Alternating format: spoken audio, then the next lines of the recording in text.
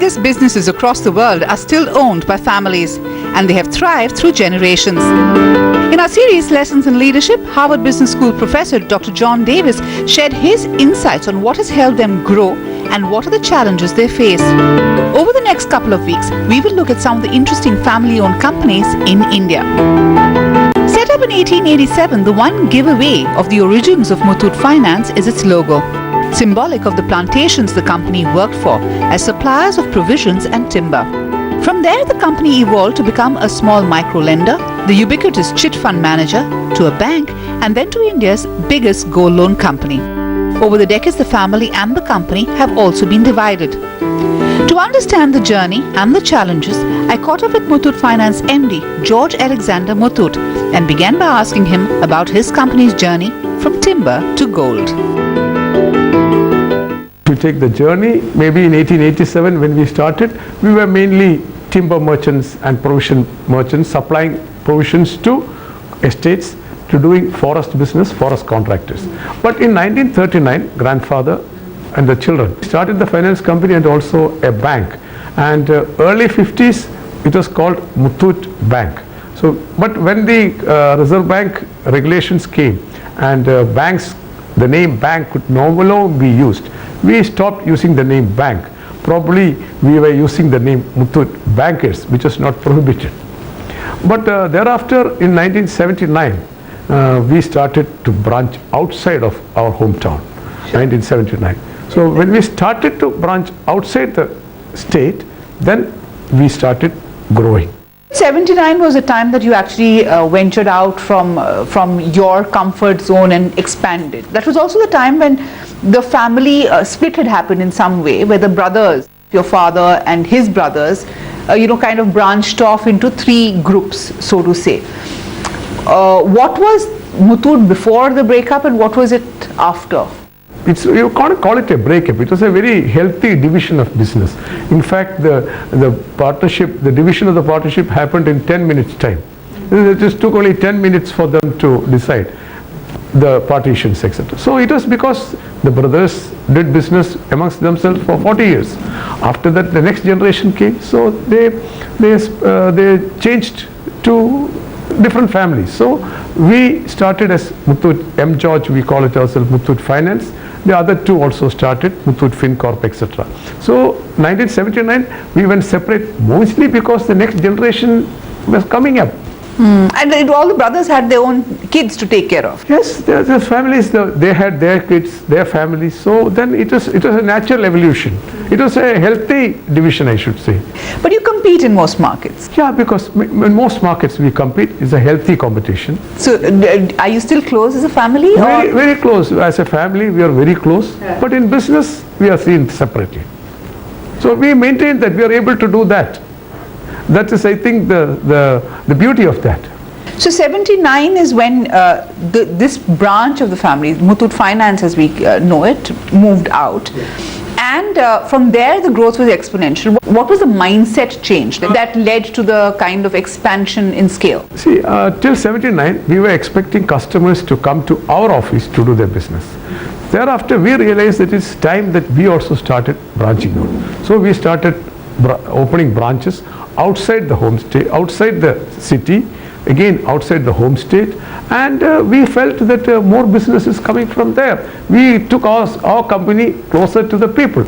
So that was a big revelation, and also a mindset change that we should do everything in-house, everything only in one place. That's a mindset change.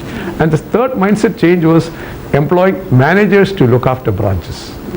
So earlier we were all doing it ourselves. So the mindset change is that delegation to managers also came up. You have the fourth generation coming into business right now. And one could argue that could there be a division again? Because in 79 you had a division when the kids came up, right? I know a brokerage firm had once raised this issue as a risk. Is there ever a thought? How are you? What steps are you taking to keep it intact? Is there an intention to keep it intact, or will you let the natural flow happen? Okay, I think I can answer it 2 or 3 different ways. One angle is that earlier when we did the division in 1979, etc., this was all partnership firms. These were partners. Today it's all corporatized. Corporatized, the ownership, etc., and the partners are different. Today you can still own a company and still do not need to manage it. So that is, I think, one change. Second, we try our best to keep the family intact. To that extent, we have monthly family board. Yes, in one of the places, either in Cochin or occasionally in Delhi, so that the family, the directors meet. The children also join that. The children who are in the business also join. So it keeps the family close, and we also, to some extent, follow the system of the elders taking the lead in this. Okay, so I'm going to let's focus and zoom in on the family, so to say. Okay, and my first question is that how has the rules of engagement between brothers or siblings changed from your father's generation to your generation to your son's generation? How do you see that difference? See, the rules have not changed. The rules are the same, but the work which they do is much more different than what they were doing earlier. Today it's mainly professionalized. We have professionals working and heading all the parts of the operation. So the family does not need to get into the day-to-day operations, but they need to have an oversight, a look, a guidance, a guide to the companies. But you're talking about professionals, the highest level in which a professional can get to in Muthoot Finance is the executive director level. The top roles, the vision statement kind of roles, are all with the family. Do you see that changing over a period of time as you go from one generation to the other? I would like to make a small correction. The top position somebody can get is not correct. The top position today, which is the executive director. So I'm saying, my question is, how long before MD becomes a person from outside, a chairman becomes a person from outside, and the family takes a backseat? Do you see that happening in the next two generations? Certainly, I think it should happen. It can happen because today professionalism is getting to run companies, or professionals are getting to run companies, and it's not a bad idea. It's a good idea for the family and the promoters to make a backseat, taking a mentoring role, maybe with so much of complexities in business. Probably it will help us also in taking a back seat. So we are not averse to that idea that somebody should be the chairman, or somebody from the family should be the chairman or the managing director. It can change.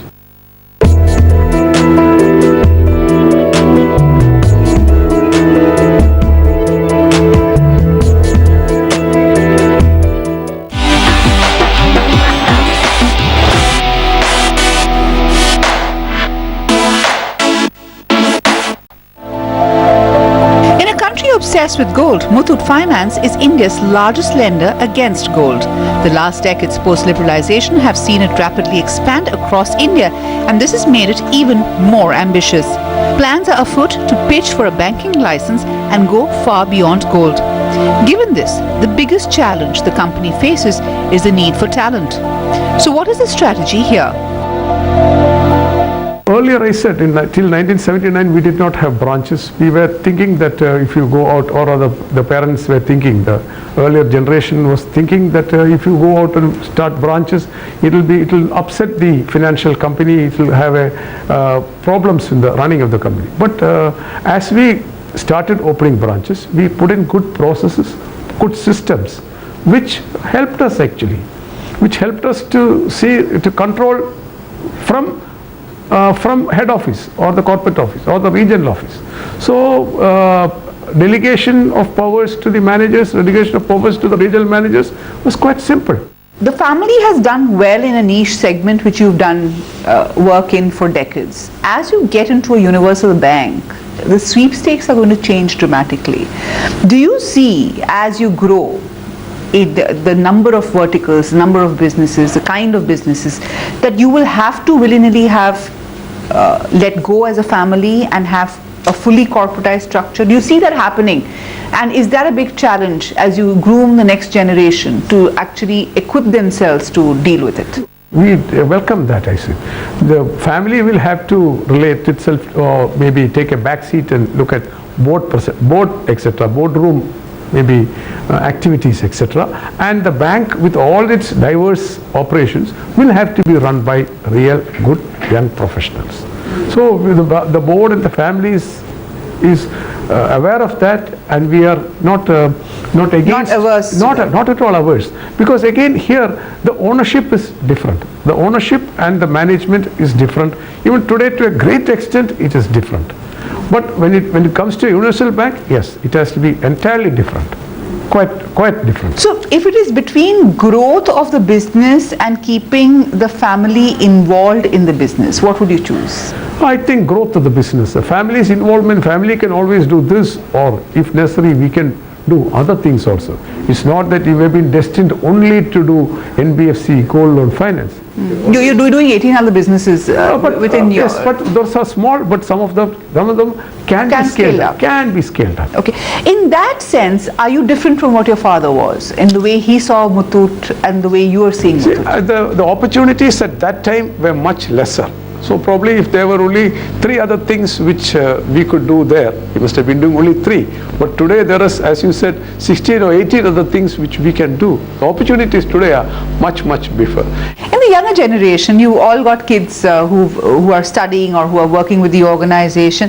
My question to you is two-pronged. First is that what is the sense that you're getting from the kids? Are they going to devote their life to the building of the company like you have, or do you also see them having a mind of their own, saying that, hey, I don't want to do this only, I want to try this arm of the business, I don't want to do pure gold financing, I want to run a hotel chain, and that leeway is coming. Yeah, you said it right. One of the boys is interested in a hotel.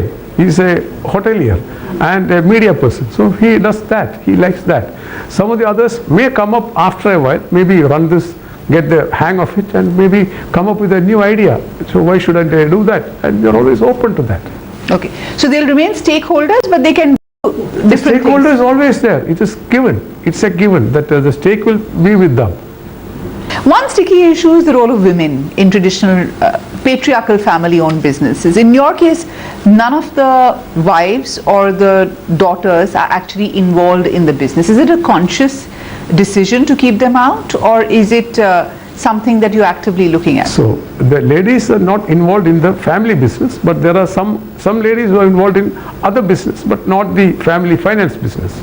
About the daughters, in Sri Lankan family, the girl gets married and joins another family.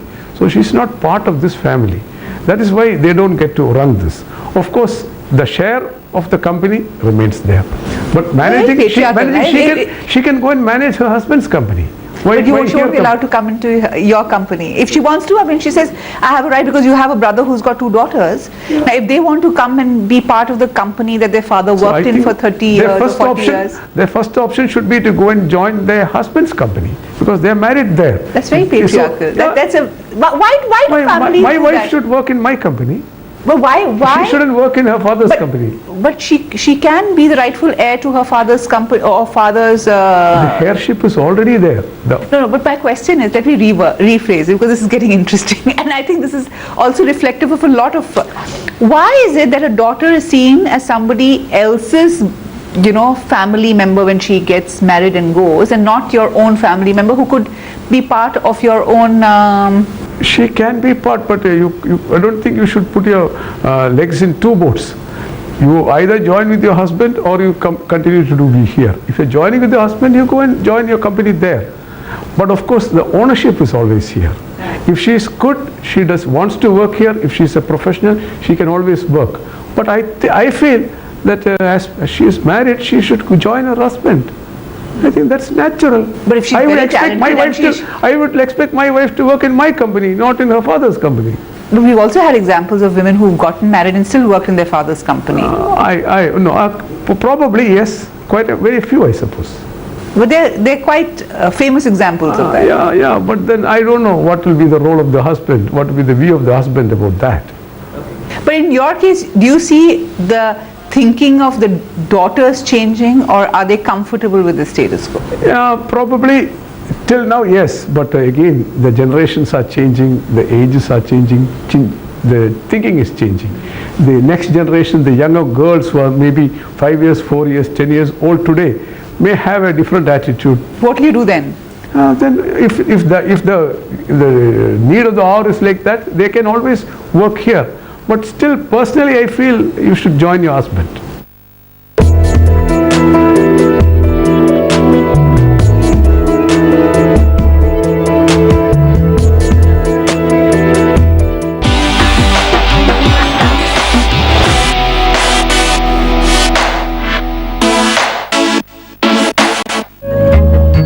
The family that owns Muthoot Finance comes from Kerala's conservative Syrian Christian community that dominates business. Like traditional business communities, families and businesses are headed by the patriarch here as well. In fact, the eldest brother, MG George Muthoot, is not just the chairman and family elder, he's also the trustee of the most powerful church in Kerala. But today, as the Muthoot group grows, so do the challenges. And it's no wonder that the family is now looking at developing its own charter or constitution. We have been looking at some other families also, some other companies and families who also have got a constitution. We have had a few discussions with some consultants, some people about this, but nothing has been firmed as yet. But the sense I am getting is that more than writing a constitution, it is more of the intentions in the constitution which is going to play a bigger part. So we are in the process of framing a constitution, and maybe finally, maybe it may take a year or two or so. Nobody has done it in a jiffy. Nobody has done it quickly, so it takes time, and we are doing it. So what made us think on that is many companies, many families have started doing it. The three challenges that family-owned businesses traditionally are supposed to have, and I'm going to list them out. One is scale. When you scale up and expand, how does the family deal with it, and how does the family grow as the business grows? I mean, in terms of responsibility. The second is attracting talent, and we spoke a little about it. And the third is succession. Succession becomes a very sticky issue, especially when you have four brothers like you with their own kids, with their own ambitions, coming into the business. In the past, it has been age as the factor that determines a chairman versus an MD. Is that going to remain, or do you think that will change also? Yeah, I think yes, till now generally what has been seen was the eldest of the family becomes the patriarch, the eldest runs the business as well as the family. I feel that it is changing, and in days to come may not necessarily be the eldest in the family who is going to run the business. Of course, the family, yes, the head of the family can be the eldest, but head of the business should be looked at on professional grounds, on the needs of the company and the institution, not just the age of the individual, because the company has not only the family but outside stakeholders also. They should absolutely. Now that you're a listed company, you have... Yes, so it is not simply just because somebody is elderly, the oldest should become that. So, but can a head of a family and a head of a business be different? Won't this open up to more friction? No, I don't think so, because now, as being a listed company with outside stakeholders, etc., the family and the business should be seen separate. Yeah. And unless you accept that, things cannot move forward. So once you accepted that the family and the business is different, with different owners also. The owners of the business and the owners of the family members are different. So you're not 100% into the family owner, into the company owned. So the ownership of the company is not the family alone. So once you see that as different, then the family's head can be the elder. Because but is this something that is shared with everybody in your family, or I think people understand that. They understand that. Yeah. How is the listing of your company and the opening up of your functioning to outside board members, outside investors, change the way you see the business and the family deals with it? Okay, so I was asked this question always: why you want to list your company? Because we borrow a lot of money from the public, from the banks, etc. And there are a lot of rating agencies, analysts, etc. who follow us. So they are always comfortable. Yes, you are a professionally managed company, but you are still family owned. Not family run, family owned. That is the tag which we wanted to take out.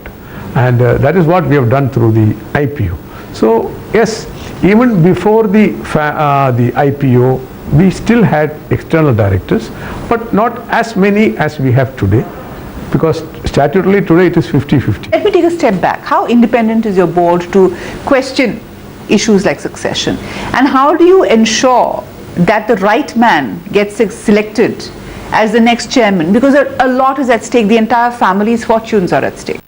Again, coming back, the successor may not necessarily be needed also to run the company. Suppose we are having an outside person as the one who is the CEO and running the company. The internal fellow, the internal promoter's son, or what if you think the son, is not of big significance. So it can go both ways.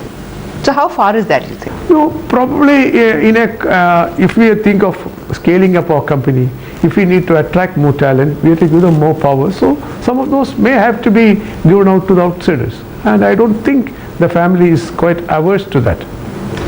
This is a complete mindset change for a family-run business and family-owned business to talk openly about change, about the fact that, hey, we might not be capable of running a business beyond a scale. Is this a thinking that is increasingly coming because of the fact that the opportunity is so big that you can't be myopic and only be focused on keeping the family happy? First is the opportunities. Second is the complexities of the business. The complexities of the business, and any business, is also increasing day by day. The opportunities, complexities, and also the total environment is changing. Whether it is the IT environment, the control environment, everything is changing. So you may not get an internal person who would be better, who could sometimes live up to an external person who may be more competent to run the business. Again, running the business is not much. If you're still owning the business, then running the business by somebody else outside would be of very little significance, especially in today's world with lot of corporate governance. Even if some external person runs the business, he cannot go just doing what he likes. So there is a lot of controls over the board level. From every level there is control. So somebody cannot go haywire even if you appoint a outside person. If it is a very small company, yes, an external person can create problem. But once the company is very big, very little scope for going away from the governance. Do you see this mindset shifting and this mindset change happening across? Because I know you also have been in various forums with a lot of small businessmen from family-owned businesses who've come and spoken to you, etc. Do you see this mindset shift happening? Within the Syrian Christian community, for instance, who control some of the biggest companies in Kerala. Do you see this shift happening? Everybody thinking like this, or do you think it's only after a certain amount of scale that you start thinking? Yes, one is scale. The second, once the company gets listed, then this change definitely happens. As long as it is 100% family owned, the need or the mindset to change may be lesser. Biggest challenge that you face right now as you look at the scale up? Is it more business related? Is it family related? And what are the key challenges there? Okay, family related challenges are quite minimal. As I said, we have good understanding within the family. We have meetings. Even the ladies in the family are quite comfortable amongst each other. So that is not a business challenge for us. The challenge for us today is to grow the parent business, which had some difficulties with the regulators and business challenges, etc. Now the challenge is looking in the business side. Family side, I think it's almost a given. Good. Thank you so much. Thank you.